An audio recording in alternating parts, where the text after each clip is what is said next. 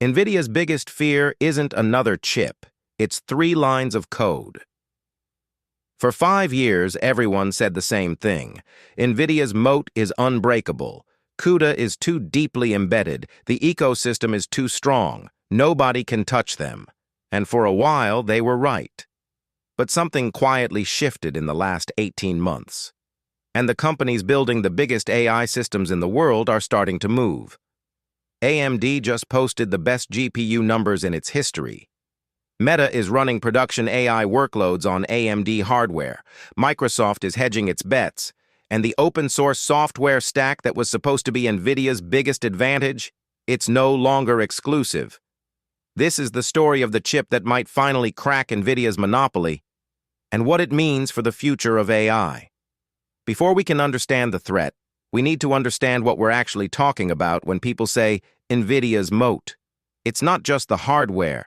The H100 and B200 GPUs are incredible, but that's not what locks people in.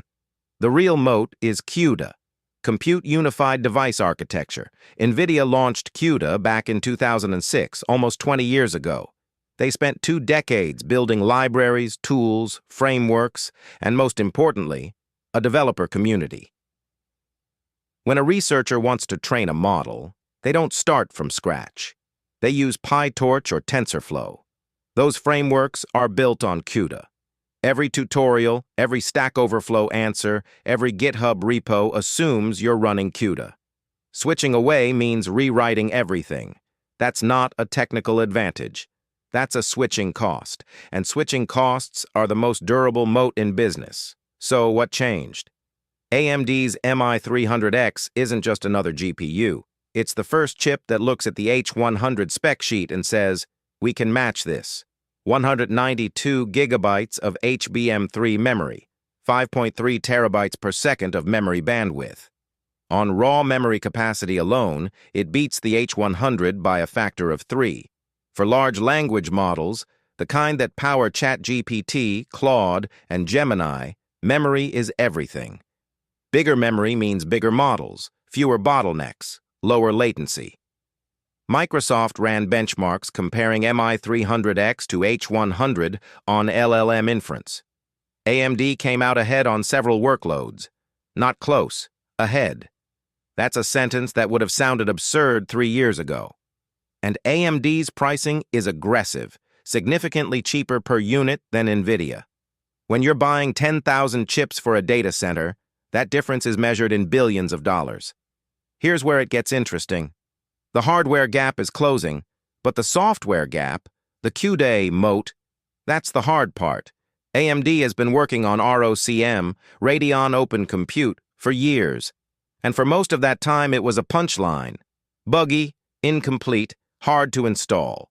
Developers tried it, got frustrated, went back to CUDA. But ROCm 6.0 changed the conversation. AMD rewrote the stack. PyTorch now supports ROCm natively. Hugging Face runs on it. The major AI frameworks, the ones researchers actually use, are adding first-class AMD support. And here's the 3 lines of code I mentioned at the start.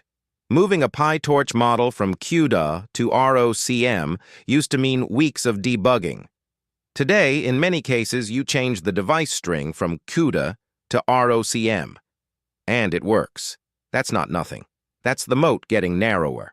The real signal isn't the benchmarks. It's who's spending money.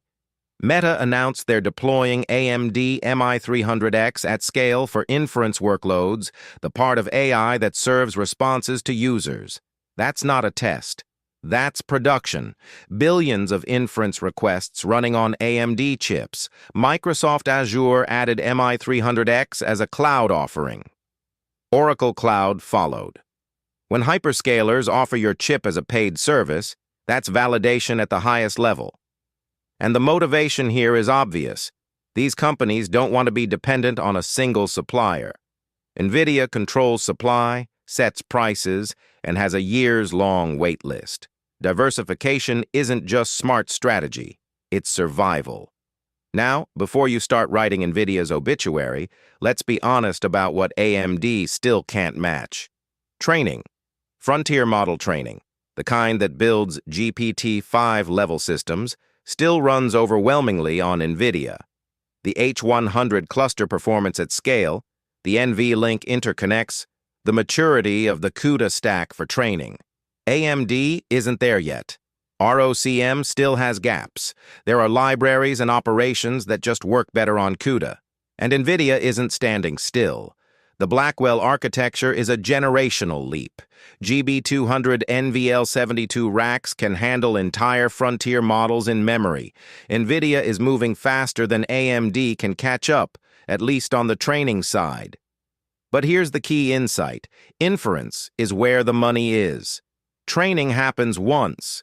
Inference happens billions of times a day, and that's exactly where AMD is competing and winning. There's one more factor that almost nobody talks about. Triton. It's an open-source compiler developed by OpenAI. Yes, OpenAI, that lets you write GPU kernels that compile to both CUDA and other backends. It's the abstraction layer that makes hardware switching possible without rewriting everything. When OpenAI builds its own tools to abstract away CUDA dependency, that's a signal. The company that benefits most from Nvidia's ecosystem is building escape hatches. The industry knows the moat can't last forever. And that's the real story here. It's not that AMD will beat Nvidia tomorrow. It's that the assumption that Nvidia is untouchable is no longer true. The question is no longer if the monopoly cracks, it's when. If you want to actually understand the AI hardware stack, not just the headlines, I use Brilliant for that. They have interactive courses on computer architecture, parallel computing, and the math behind deep learning. Link in the description. And if you want to go deep on the business side, the supply chains, the geopolitics of chip manufacturing, CuriosityStream has documentaries that are genuinely excellent. Also in the description. So, do you think AMD can actually break the CUDA moat? Or is Nvidia's lead too deep to catch? Drop your take in the comments. I read everyone.